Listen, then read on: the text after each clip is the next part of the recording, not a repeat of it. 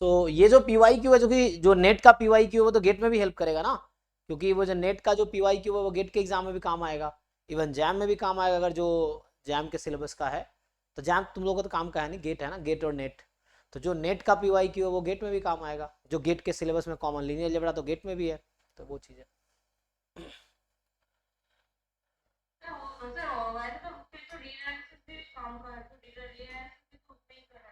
जी जी, वो भी गेट में है।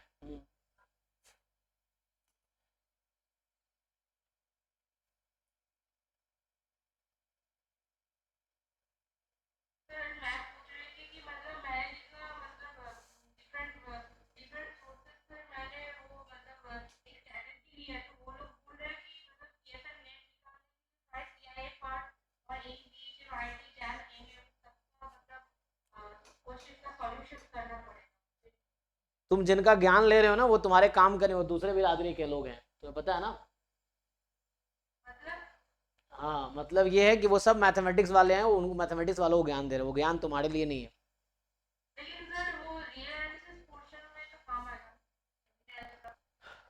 काम आएगा। तो मैं, तुम्हें पता है TFR में क्या आता है, इस सब में क्या आता है? एनबीएचएम क्या होता है? एनबीएचएम का फुल फॉर्म बताओ जरा। फिर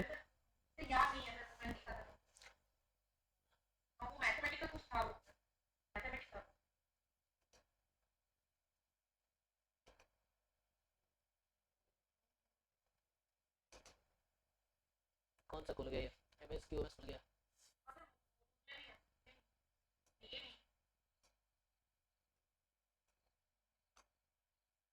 ये तो ये खोल रहा था ना, तो इतना स्लो है ना।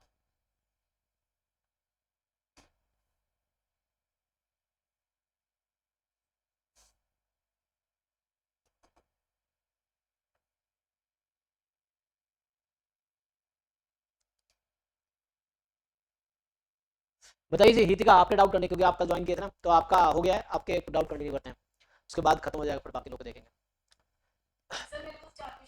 हाँ बताइए, क्योंकि बाकी, हाँ।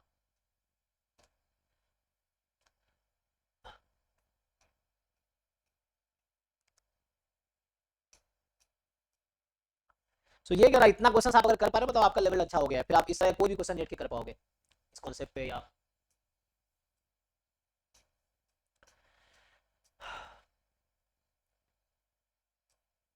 कौन सा है? 66? अच्छा, तो ओमेगा भी complex number such that omega square is 1, तो यहाँ ओमेगा क्या हो गया? 1 नहीं है। किसका स्क्वायर 1 होता है? ओमेगा, अच्छा ये मैंने गलत लिखा यहाँ पे ना, ये ओमेगा क्यूब 1 होगा एक्चुअली, ठीक है, क्योंकि ये क्यूब रूट ऑफ यूनिटी बोलना चाह रहा है एक्चुअली, गलती से स्क्वायर लिख दिया है, तो ये क्यूब रूट ऑफ यूनिटी है, टाइपिंग मिस्टेक हुआ है, तो ये क्यूब रूट ऑफ यूनिटी है, 1 नहीं है। तो ओमेगा होगा ना -1 + -√3 आयोटा अपॉन 2, तो ये 1 प्लस माइनस है ना, 1 प्लस माइनस होता है ना, 1 + -√3 आयोटा अपॉन 2 ओमेगा होता है क्यूब रूट ऑफ यूनिटी जो होता है। सो जो भी देखना है पड़े, तो क्यूब रूट में जो आएगा क्वाड्रेटिक में x³ -1, तो क्या होता है ये x-1 ब्रैकेट में x² plus x, x² plus x plus 1 ना, ठीक है, तो -1 + -√3 आयोटा अपॉन 2, तो ये बोल रहा हूँ ओमेगा की वैल्यू क्या होती है, हालांकि जरूरत नहीं पड़ेगी उसकी। तो ओके, तो ये क्यूब रूट ऑफ यूनिटी है, which the following statement are true, आप बी कह रहे हैं ना। So there exist linearly independent vectors, है ना, ये कह रहा है कि there exist linearly independent vectors u भी वी डब्ल्यू, जो कि CQ का मेंबर होगा, मतलब थर्ड डायमेंशनल वेक्टर है, जहां एंट्रीज कॉम्प्लेक्स नंबर हो सकती है, जहां पे A B is equal to A W is equal to 0 होगा।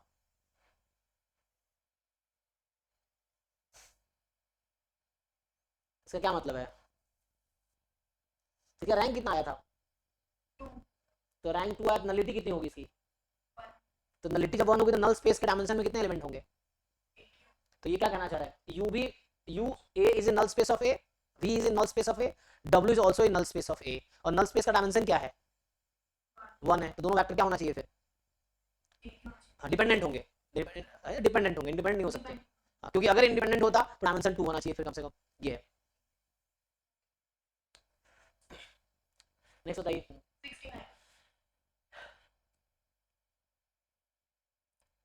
A be the non-zero linear transformation on a real vector space V of dimension n. A कोई non-zero linear transformation है on a real vector space V of dimension n. ठीक, तो एक कोई non-zero linear transformation है on a real vector space V of dimension n. Let the subspace V naught, जो कि proper subset है V का, इमेज है V का अंडर A. ओके, तो जनरली हम लोग लीनियर ट्रांसफॉर्मेशन को T लिखते हैं, तो T के बजाय ये A लिख रहा है, तो T आप समझ सकते हैं A को, और ये आगे बोल रहा है कि V नॉट V का, तो T भी अंडर A, हाँ T भी is equal to V not है, ठीक है ना.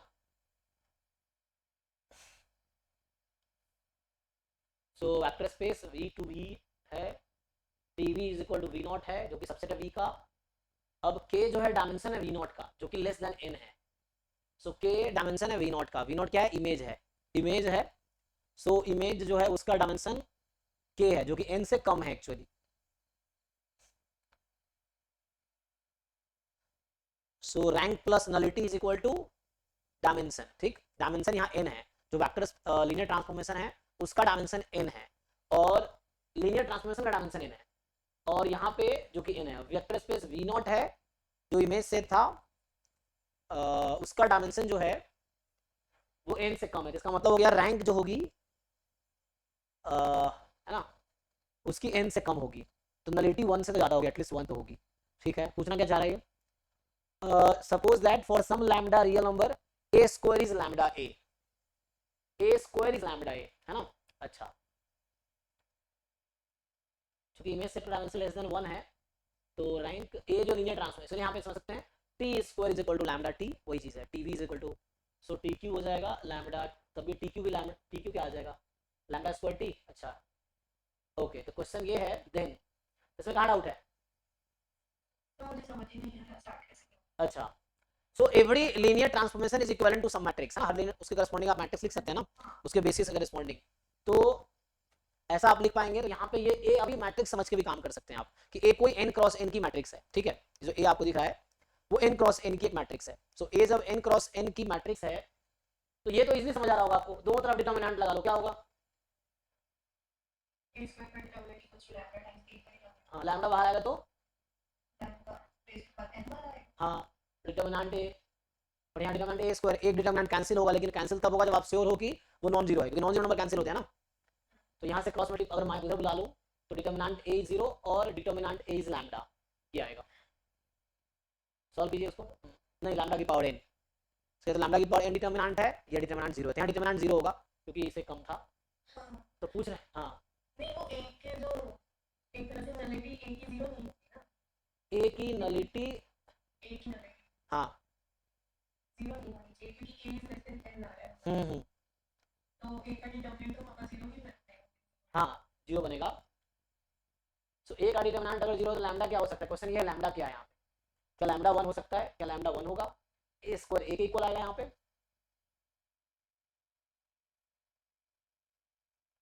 ए क्यूब अगर निकालेंगे तो ए क्यूब हो जाएगा. इसको सॉल्व करें एक क्या मिलेगा, मिलना क्या चाहिए, नहीं नहीं लैम्डा, लैम्डा स्क्वायर ए हो जाएगा, हाँ फिर ऐसे ही ए, तो ए की पावर n प्लस 1 होगा, लैम्डा की power n a. Okay, lambda is zero और lambda is lambda, eigenvalue zero और लैम्डा, ये हो ना यहाँ पे, तो आइगन वैल्यू जीरो और लैम्डा, यहाँ दो पॉसिबिलिटी है, तो जीरो है या लैम्डा है. तो ये देन इसमें बताया नहीं, एमएसएमसी एमएस क्यू कुछ लिखा नहीं है ना, तो लिखना चाहिए था, ना कुछ नहीं लिखा है. तो डिटरमिनेंट तो लैम्डा की power n, it's not necessary, lambda determinant तो जीरो एक्चुअली, तो लैम्डा जीरो भी हो सके, कहानी है कुछ ना, lambda is only eigen value of A, ये तो गलत हो गया ना, सी ऑप्शन डायरेक्टली गलत हो गया.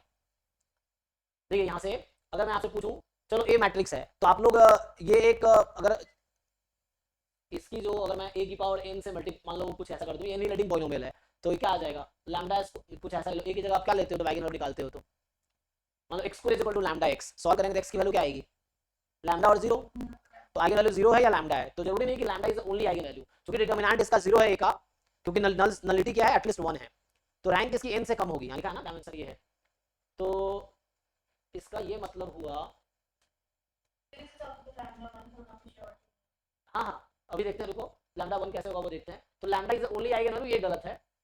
There exist a non trivial subspace V1 जो V का सबस्पेस है, इस तरीके से कि ax 0 होगा for all x belongs to v1.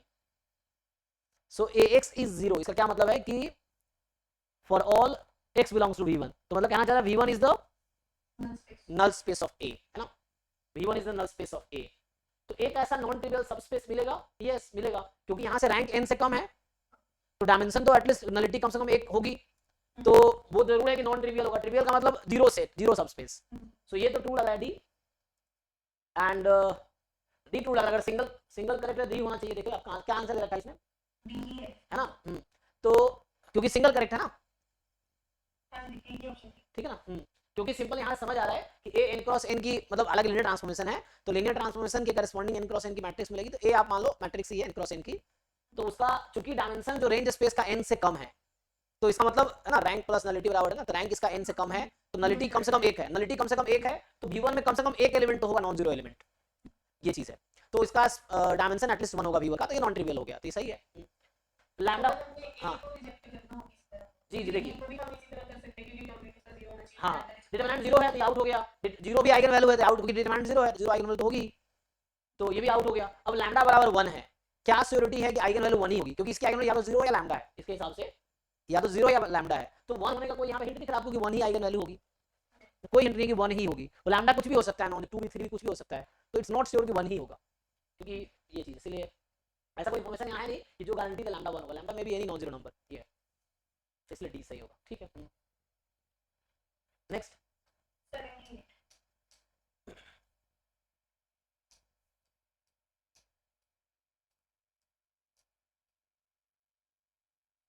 ए कोई 3x4 की मैट्रिक्स है. ठीक, ए कोई 3x4 की मैट्रिक्स है.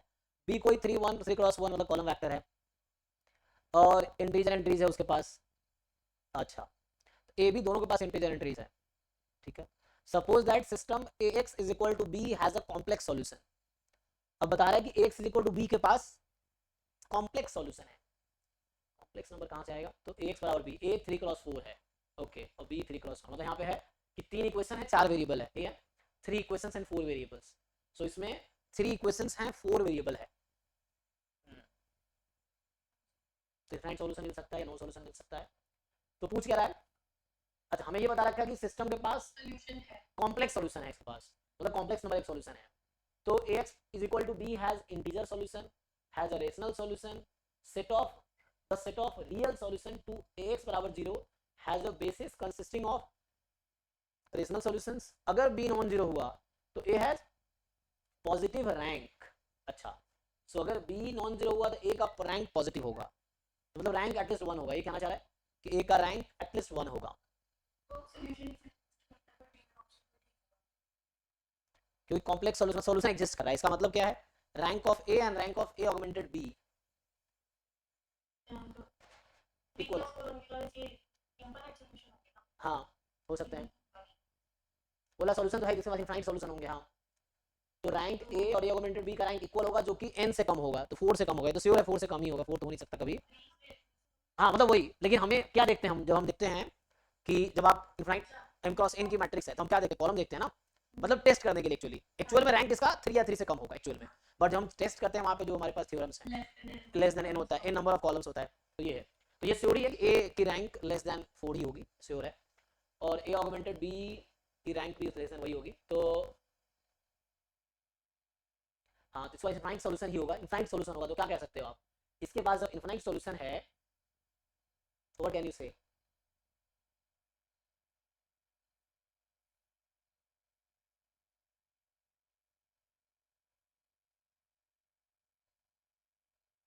ax बराबर 0 यहाँ पे लिया है, ax बराबर यहाँ नॉन जीरो कह रहा है नहीं, यहाँ पे ये ax बराबर नॉन जीरो नंबर है. तो a के पास पॉजिटिव रैंक होगा. पॉजिटिव रैंक का मतलब क्या है, a जीरो मैट्रिक्स नहीं होगा, a नॉन जीरो मैट्रिक्स होगा. यहाँ कहना चाह रहा है कि अगर b नॉन जीरो है तो a is a non zero matrix. True और फॉल्स. अच्छा, so जो a अगर जीरो मैट्रिक्स हो गया तो क्या होगा, मान लो a जीरो मैट्रिक्स, इक्वेशन क्या बन जाएगी, 0 इज इक्वल टू b. अगर a जीरो मैट्रिक्स है तो इक्वेशन बन जाएगी 0 is equal to b. b यहाँ क्या है, तो उसका क्या मतलब हो जाएगा, नो सॉल्यूशन आ जाएगा फिर. तो इसका मतलब है कि अगर b नॉन जीरो है तो गारंटी है a नॉन जीरो मैट्रिक्स होगा, और अगर a नॉन जीरो मैट्रिक्स हुआ तो गारंटी उसकी रैंक एटलीस्ट 1 होगी, क्योंकि only zero matrix has rank 0, है ना. So any non zero matrix has rank at least 1. तो ये d तो सही है, सही कह रहा हूं. तो a का रैंक कम से कम 1 तो होगा, बिकॉज b नॉन जीरो है, तो a को नॉन जीरो मैट्रिक्स होना पड़ेगा. इनफाइनाइट सॉल्यूशन के लिए। तो ए डी इज करेक्ट, अगर सिंगल करेक्ट है तो डी करेक्ट हो गया, अगर सिंगल करेक्ट ऑप्शन है तो अच्छा एमएसक्यू में है, ओके ओके। तो आगे देखते हैं। तो कह रहा है कि ए बी ए 3x4 की मैट्रिक्स है, बी 3x1 की है, इस तरीके से है कि सिस्टम के पास कॉम्प्लेक्स सॉल्यूशन है। ये कॉम्प्लेक्स का क्या रोल है यहाँ पे? कॉम्प्लेक्स का रोल लग रहा है मुझे कंप्लीट सॉल्यूशन या कुछ ऐसा इनफाइनाइट सॉल्यूशन होना चाहिए, हैज अ सॉल्यूशन। पूरा सॉल्यूशन है इसके पास, ये कॉम्प्लेक्स का क्या मतलब है? तो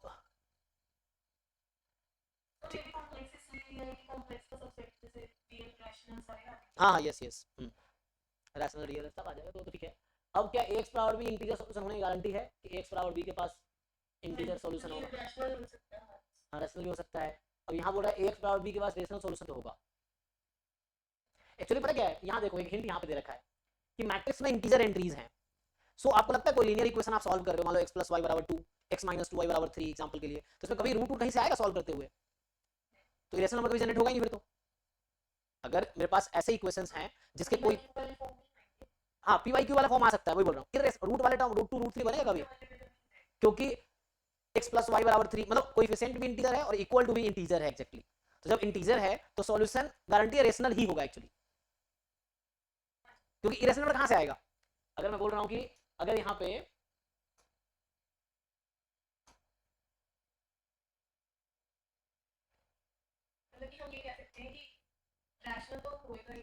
यस रैशनल की गारंटी है। जैसे मैं बोल रहा हूँ कोई इंटीजर है यहाँ पे, मान लो m1x m2y = m3 है ना, मान लो n1x n2y = मान लो n3 है, यहाँ mn इंटीजर है। तो अगर इसको मैं सॉल्व करूंगा तो ऐसा थोड़ी हो सकता है कि x = √2/√3 आ जाएगा, ऐसा कभी हो सकता है? हाँ तो इरेशनल सॉल्यूशन तो कभी आएगा नहीं, क्योंकि इरेशनल तब आएगा ना क्योंकि ये जो इंटीजर्स हैं ये कभी डिवाइड होकर मान लो सॉल्यूशन हो सकता है n3/m1 आ जाए, इस तरह का बन सकता है। तो रेशनल सॉल्यूशन मतलब सॉल्यूशन रेशनल ही होंगे, इरेशनल कभी आएगा ही नहीं एक्चुअली, क्योंकि कहां से √2 और √3 सब कहां से बनेगा? कहीं से बनना ही नहीं है सॉल्व करेंगे तो, क्योंकि इंटीजर एंट्रीज है मैट्रिक्स में और इंटीजर एंट्रीज राइट साइड में भी, तो ये भी इंटीजर्स हैं और ये भी इंटीजर्स हैं, तो जब सॉल्व करेंगे तो जो भी वैल्यूज है वो इंटीजर्स मतलब रैशनल नंबर आएंगे सॉल्यूशन। तो एक गारंटी है कि रैशनल सॉल्यूशन ही होगा, इरेशनल कभी नहीं हो सकता। अब बोल रहा है कि अगर ax = 0 के पास set of real solution to ax = 0 has a basis consisting of rational solutions.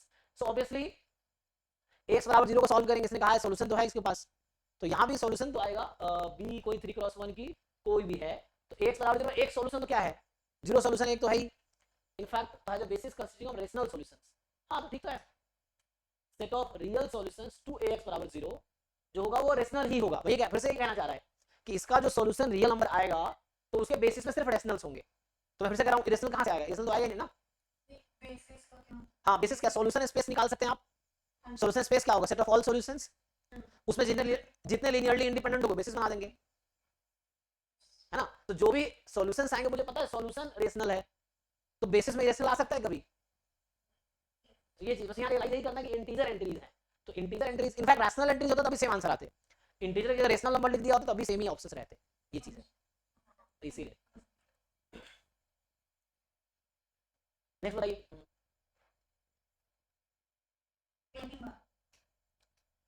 सो 81 ठीक है, क्योंकि बिना ये सब किए नेट के एग्जाम को बच्चा सिर्फ स्टैटिस्टिक्स पढ़ के तो नहीं निकाल पाएगा, सब करना पड़ेगा। सो mn k denote the space of all m cross n matrices with entries from a field k. Fix a non-singular matrix A, okay, n cross n का है. Consider the linear map, the linear transformation है set of matrices to set of matrices. Tx बराबर ax, क्या लिखा है? Tx बराबर ax, okay. So Tx linear transformation है ax. So पूछ रहा है then trace of t जो होगा वो n टाइम्स समेशन यही होगा, trace of t ये होगा, rank of t n square होगा या t नॉन सिंगुलर होगा। तो यहाँ पे क्या लिया है इसने कि Tx जो है वो ax है, Tx is ax।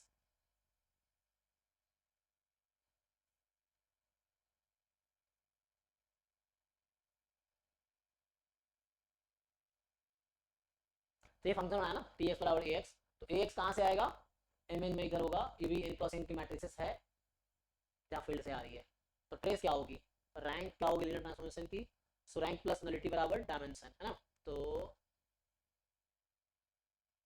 ठीक है, यहाँ पे एक बार और मैं टी लगा दूंगा तो क्या होगा बताइए? एक बार और टी लगा दूंगा तो टी ऑफ टी एक्स कितना हो जाएगा? सो यहाँ पे टी लगा दूंगा तो टी एक्स ए तो बाहर आ जाएगा, मान लो टी ऑफ ए एक्स, तो ए टी एक्स फिर ए एक्स हो जाएगा, ए स्क्वायर एक्स, मतलब ये तो ठीक है, T square of X is equal to A square of X. So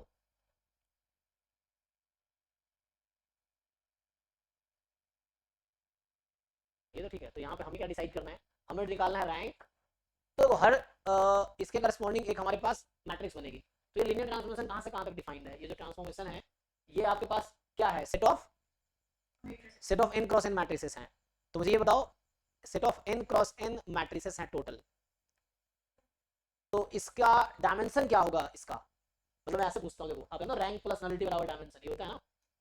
so rank of T plus nullity of T बराबर डायमेंशन ऑफ टी। डायमेंशन क्या आएगा?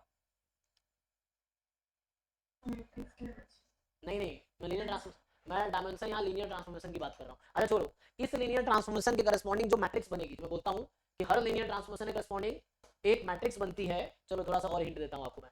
अगर टी है मान लीजिए Rn2 Rm में, तो जो मैट्रिक्स बनती है इसका, मान लो बीटा 1 से बीटा 2 या जो मैट्रिक्स इससे करस्पॉन्डिंग बनती है उसका ऑर्डर क्या होता है?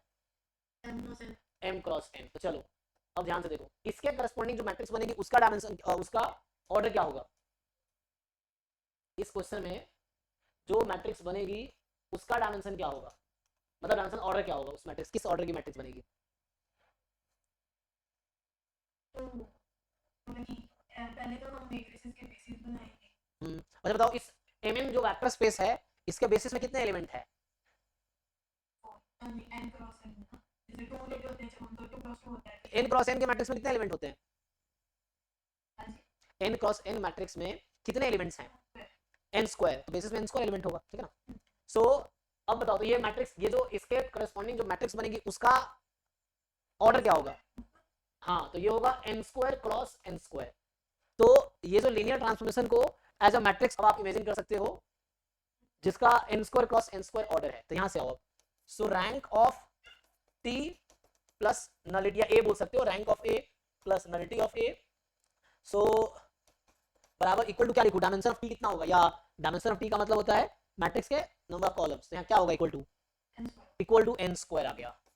सो ये एक रिलेशन आ गया कि rank of linear transformation plus nullity of linear transformation बराबर डायमेंशन ऑफ लीनियर ट्रांसफॉर्मेशन। और डायमेंशन जो है इसका वो n स्क्वायर है। mn जो मैट्रिक्स सेट ऑफ मैट्रिक्स है वो n स्क्वायर डायमेंशन है इसका, तो n स्क्वायर डायमेंशन है। सो रैंक के प्लस नलिटी n स्क्वायर हो गया। अब जैसे ये सी ऑप्शन कह रहा है रैंक n स्क्वायर होगा, तो अगर रैंक n स्क्वायर होगा नलिटी कहना चाह रहा 0 होगा, है ना। अगर रैंक n स्क्वायर हो गया सी ऑप्शन के हिसाब से, इसका रैंक n स्क्वायर हो गया, तो नलिटी को 0 होना पड़ेगा। और नलिटी 0 होने का क्या मतलब है? नल स्पेस में एक भी नॉन जीरो एलिमेंट नहीं है ना। नलिटी का dimension of null space is 0, so there is no non-zero vector such that ab is equal to 0। ये बोलना चाह रहा है कि ऐसा कोई भी है ही नहीं जहाँ ab 0 हो जाए या a 0 हो जाए यहाँ पे। तो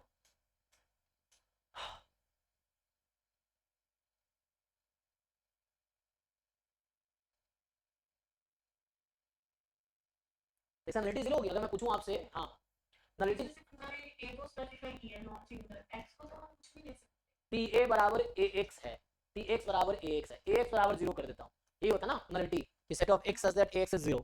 अब बताओ ax 0 होगा तो ऐसा क्या क्या x आ सकता है? कोई नॉन जीरो x, a तो नॉन सिंगुलर है तो x को भी ऐसा मैट्रिक्स होना पड़ेगा सिंगुलर। अच्छा a नॉन सिंगुलर दे रखा है, वाह। तो जब a आपको नॉन सिंगुलर दे रखा है तो a एक्चुअली क्या है? For a non singular matrix a जो कि n क्रॉस n का है, ठीक है ना। अच्छा यहाँ तो मैं कंफ्यूजन हो जाएगा, जो मैंने a बनाया वहाँ a बनाया वो अलग है, तो इसको मैं m ले लेता हूँ अभी के लिए, क्योंकि वो कंफ्यूजन हो जाएगा। वो a अलग है, यहाँ जो बना रहा था वो a अलग है। तो ये मैट्रिक्स है, सो ये m है और ये m है, ठीक है। तो tx बराबर ax बराबर 0। तो नलिटी हम m की बात कर रहे हैं एक्चुअली, यहाँ पे नलिटी में किसकी बात कर रहा हूँ? m के, हाँ उसकी बात कर रहे हैं हम लोग एक्चुअली। तो यहाँ जो बात कर रहे हैं रैंक ऑफ t बराबर n स्क्वायर, तो नलिटी ऑफ t की बात कर रहे हैं, मतलब m की बात कर रहे हैं एक्चुअली हम। तो नलिटी ऑफ t का मतलब नलिटी ऑफ m। तो यहाँ पे m x बराबर 0 कर दो या my बराबर 0 कर दो। सो क्या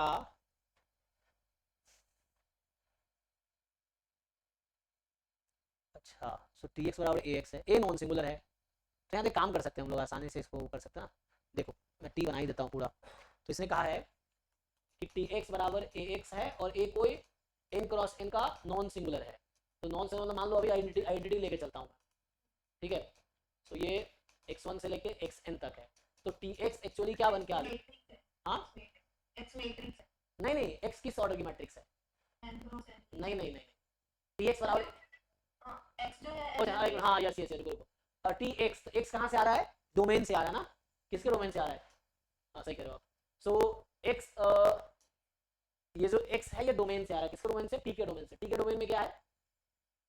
अच्छा ठीक है, सो हाँ ओके ओके नो प्रॉब्लम। तो यहाँ पे आप एक काम करो, x एक मैट्रिक्स है किस ऑर्डर की? n क्रॉस n की।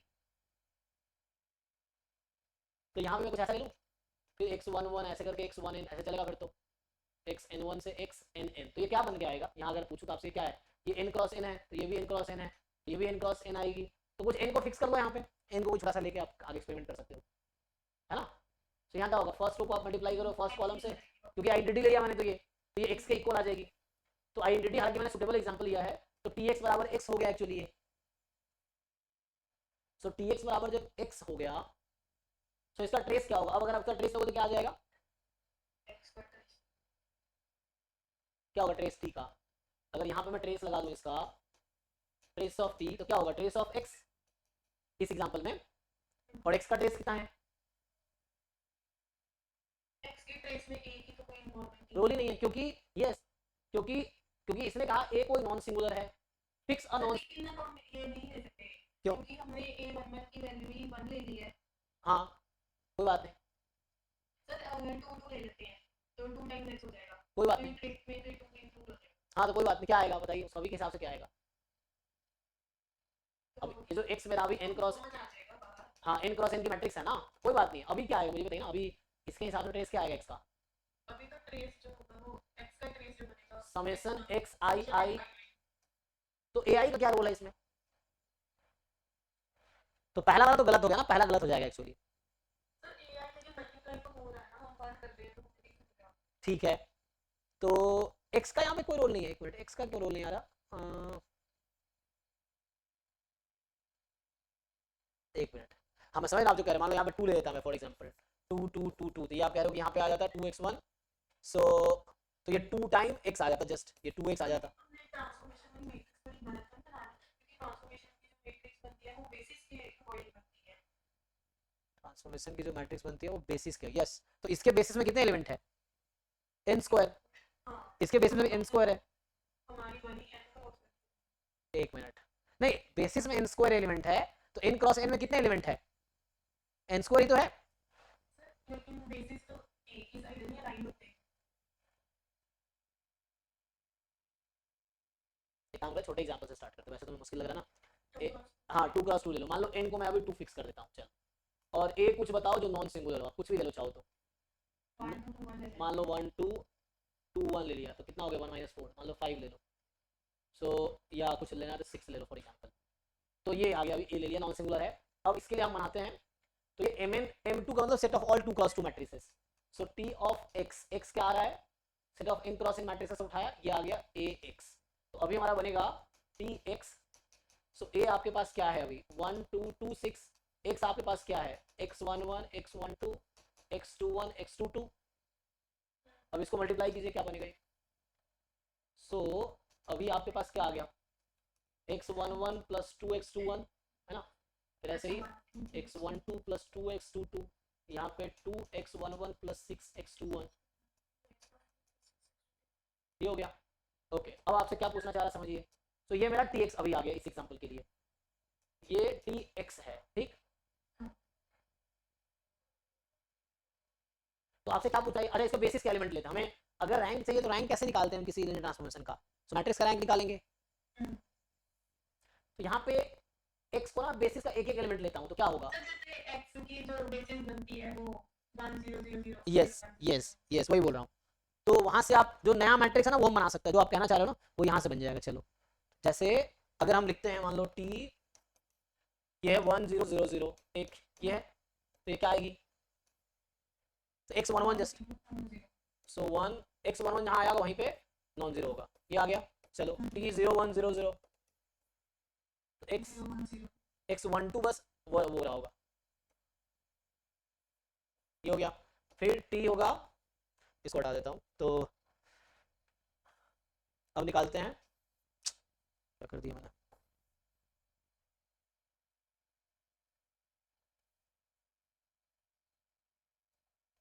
चलिए देखिए। So now you tell, T होगा 0 0 1 0, ठीक, कितना है 2060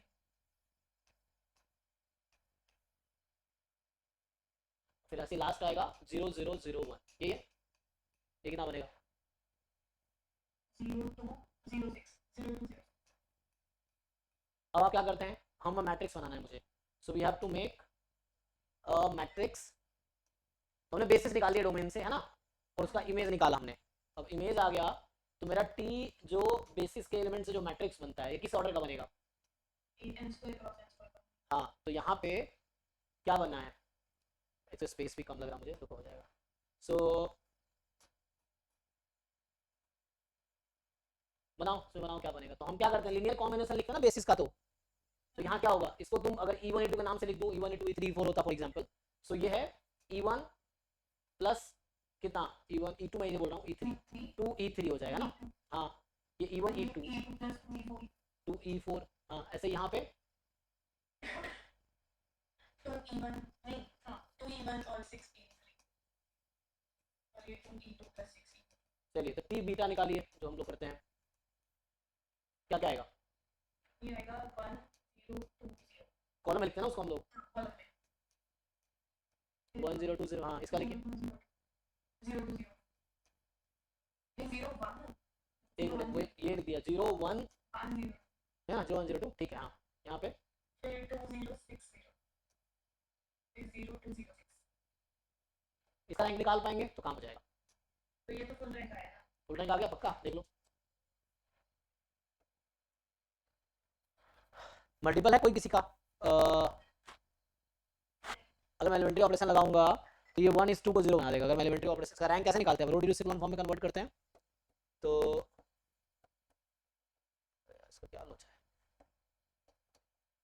तो यहाँ पे क्या होगा, इसको जरा एक बार चेक कर लो, फुल रैंक ही बनेगा। पक्का ना, हाँ। कैसे, पहले हम अगर रो 1 और रो 3 को प्रिंट करके लेते हैं तो भी हमारे मल्टीपल पास नहीं है, हाँ, जो हाँ मल्टीपल तो नहीं है, फुल आएगा, ठीक है, मैं काम करता हूँ, अभी थोड़ा एलिमेंट्री ऑपरेशन लगाता हूँ, तो R3 में 2 टाइम R1 कर देते हैं, 0 हो जाएगा, तो ये 2 बनेगा, फिर ऐसे R4 में 2 टाइम R3 कर देते हैं, again 0 and 2 हो जाएगा, ठीक, तो ये बन के आ गया, तो पाइवट एलिमेंट्स ये बन गए, नीचे वाले सारे 0 हो गए, तो ये 4 है, तो रैंक 4 हो गया, तो इसका मतलब है कि हम कोई भी मैट्रिक्स का रैंक n² वाला करेक्ट ऑप्शन होगा, क्योंकि हम कोई भी मैट्रिक्स लेंगे तो यही सिचुएशन आएगी एक्चुअली, क्योंकि नॉन सिंगुलर दिया ना हमने, तो यही सिचुएशन आएगी, तो यहाँ से ये हुआ, तो यहाँ से एक ये सिचुएशन हुआ कि रैंक टी का n² तो होगा, 4 है ना रैंक, इन हमने 2 लिया था, सो rank n T non singular है, और अगर n² है तो नॉन सिंगुलर होगा ही, क्योंकि फुल रैंक हो गया, n² क्रॉस n² की मैट्रिक्स है टी के करस्पॉन्डिंग, तो नॉन सिंगुलर होगा ही, ये दोनों सही हो गया। अब ट्रेस पे आ जाओ, ट्रेस को मैच करो जरा जो हमने बनाया उसमें, ट्रेस हमारा 1166 बनेगा और ए मैट्रिक्स का ट्रेस 1 और 6 1 plus 6 का किसको सेटिस्फाई कर रहा है, ए वाले को, तो पहले वाले को सेटिस्फाई कर रहा है, n2 है तो 2 टाइम इसको कर रहा है, नीचे वाले कर रहा है, नहीं, क्योंकि हमने ए लिया था 1 to 2 6, हाँ, तो हमारा ट्रेस में एलिमेंट 1 और 6 ही थे, और जब हमने टी बनाया ना तो उसमें जो हमारे डायगोनल एलिमेंट्स थे वो 1 1 और 6 6 हाँ, तो मैच कर लो, हो जाएगा ना, लेफ्ट साइड अलग निकाल लो, राइट साइड अलग निकाल लो, एक के हिसाब से ये आ जाएगा और टी हमने बनाए हैं उसके हिसाब से ये आ जाएगा, तो हो जाएगा, ठीक है, नेक्स्ट बताओ, बस हो गया सर, तो आपके सारे वेरी गुड, इसको बस एक बार उन क्वेश्चंस को आप फिर से सॉल्व कर लेना एक दो बार जो आपको डाउट आए थे, और ये अगर चाहो, हाँ रुको रुको एक मिनट, अरे रुक जाओ तुम, हाँ, तो मैं कह रहा हूँ जो भी आपके डाउट्स कल डिस्कस किया और आज डिस्कस किया का, सो उसको आप एक दो बार फिर से सॉल्व कर लो, सो दैट ऐसा नहीं है ना कुछ टाइम बाद ये क्वेश्चन फिर से आपका डाउट ही रहे, क्योंकि डाउट क्लियर तब होगा जब आप 2-3 बार इन डाउट वाले क्वेश्चन को स्पेशली आप सॉल्व करोगे खुद से, और अगर पॉसिबल हो तो पूरे, हाँ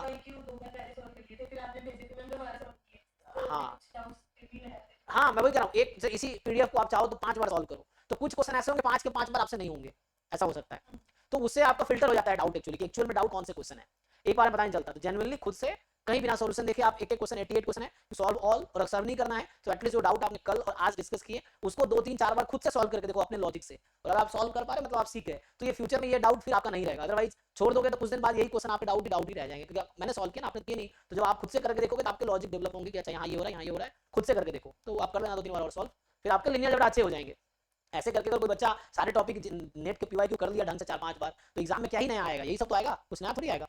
स्पेशली मैं बताता हूँ कि बच्चों का नेट नहीं निकलता, मैं बताता हूँ जिनसे ये सब भी सॉल्व नहीं होते हैं, और एक्चुअली वो एक्सपेक्ट ये करते हैं घर पे सॉल्व नहीं हो रहा, कोई बात एग्जाम में हो जाएगा। ऐसा कैसे हो जाएगा? जिन बच्चों से ये जो 88 क्वेश्चन है, अगर इसे मान लो 7-8 क्वेश्चन ही सॉल्व हो रहा है, तो एग्जाम में वो कैसे एक्सपेक्ट कर सकता है कि जितने क्वेश्चन आ रहे सब हो जाएगा? नहीं होगा ना। जिन बच्चों से ये क्वेश्चन घर पे पूरे 100% कर पा रहे हो 4-5 बार सॉल्व करने के बाद, तो एग्जाम में जब क्वेश्चन आएगा तो इनसे रिलेटेड ही होगा, इसी कॉन्सेप्ट पे होगा, इसी टॉपिक पे होगा। तो द थिंग इज, अगर घर पे पीवाईक्यू ढंग से सॉल्व हो रहा है जिन बच्चों का, तो एग्जाम में भी होगा ही ऑब्वियसली। तो प्रिपरेशन यही तरीका है। तो मैं देखता हूँ बच्चों का सारे घर पे हो जाता है, एक्चुअली क्या, तो घर पे किसी का सॉल्यूशन देख लेते हैं, वो तो उनको लगता है आ गया, वो उधर सॉल्यूशन आपने देख लिया, आया थोड़ी है, आया तब होगा जब कोई नया क्वेश्चन मिले और आप कर पाओ, तब समझ आएगा कि हाँ आपको सच में आ गया है। ये चीजें, अगर सॉल्यूशन देखने से किसी को थोड़ी आता है सॉल्यूशन, मतलब खुद करना, क्योंकि एग्जाम में जब नए क्वेश्चंस आएंगे तो वो हम तब अटेम्प्ट कर पाएंगे या सॉल्व कर पाएंगे जब हमने कुछ सीखा हो उससे। और सीखा नहीं सीखा कब पता चलता है? जब हम अनसॉल्व्ड क्वेश्चन खुद से ट्राई करते हैं, लाइक दिस, यही क्वेश्चन था, पीडीएफ बिना किसी हेल्प से घर पे बैठ के सॉल्व करके देखे, और अगर आप सारे क्वेश्चन कर पा रहे हो मींस यू लर्न, और आपने जब सीख लिया तो आगे ऐसे जो भी क्वेश्चन आएगा, हजारों क्वेश्चन आप क्विकली सॉल्व कर दो, बिकॉज यू लर्न। सॉल्यूशन देखने से हम सीखते नहीं हो, सॉल्यूशन हमारे सामने आ गया, बस ये है। अब जरूरी नहीं कि वैसे क्वेश्चन अगला 4 दूंगा सॉल्व हो जाएगा, नहीं हो पाएगा फिर आपसे, क्योंकि आपने उस क्वेश्चन का पर्टिकुलर सॉल्यूशन देखा है, आपको अप्रोच शायद नहीं पता है या आपको कॉन्सेप्ट नहीं पता है, तो उसके लिए आपको बहुत सारे अनसॉल्व क्वेश्चन ट्राई करने होंगे। तो अच्छा है, इसको आप 2-3 बार और सॉल्व कीजिए, फिर करते हैं। हाँ जी सयानी बताइए। सर मैंने एक और चीज कहनी थी, हाँ बताइए। इसमें 2021 तक के क्वेश्चन है, अगर जैसे 22 23 के भी डाउट्स हैं हाँ वो भी कर देते हैं। तो अच्छा मैं पीडीएफ बना के भेज दूँ या आपके पास है ऑलरेडी? तो भेज दो। अच्छा नहीं नहीं एक्चुअली, हाँ पर मेरे पास जैसे पीवाईक्यू जो बढ़िया ना वो नहीं है, तो एक काम कर सकते हो, आप भी कर सकते हो, उसका फोटो खींच के ना स्कैन करके, जैसे जो क्वेश्चन सिलेंडर जब आके हैं मान लो, आप एक काम करना, फोटो खींच के स्कैन करके मुझे भेज देना, ठीक है? तो ये तो मैं टीम के जो मेरे मेंबर हैं उनको बोल देता हूँ कि निकाल देना, तो वो अपना बना के भेज देता है जो उसके पास है। तो आपके पास अगर पेपर, या तो आप पेपर ही भेज दो, फिर पेपर से वो निकाल लेगा, या आप पर्टिकुलर उस क्वेश्चन को आप स्कैन करके भेजो, फिर वो इस तरह से बना के भेज देगा, वो बना के फिर हम डिस्कस कर लेंगे क्लास में, जैसे भी कहो आप, या डायरेक्टली डिस्कस करना, डायरेक्टली भी कर सकते हैं, आप क्वेश्चन भेजो डिस्कस करेंगे। ये मेरे पास क्वेश्चन पेपर भी पड़े हैं, या अगर आप जैसे फोटो का कह रहे हो तो मैं सिर्फ डाउट को भेज दूं? चलेगा, आपके जो डाउट्स है वही एक जगह इकट्ठा कर दो, भेज दो। हाँ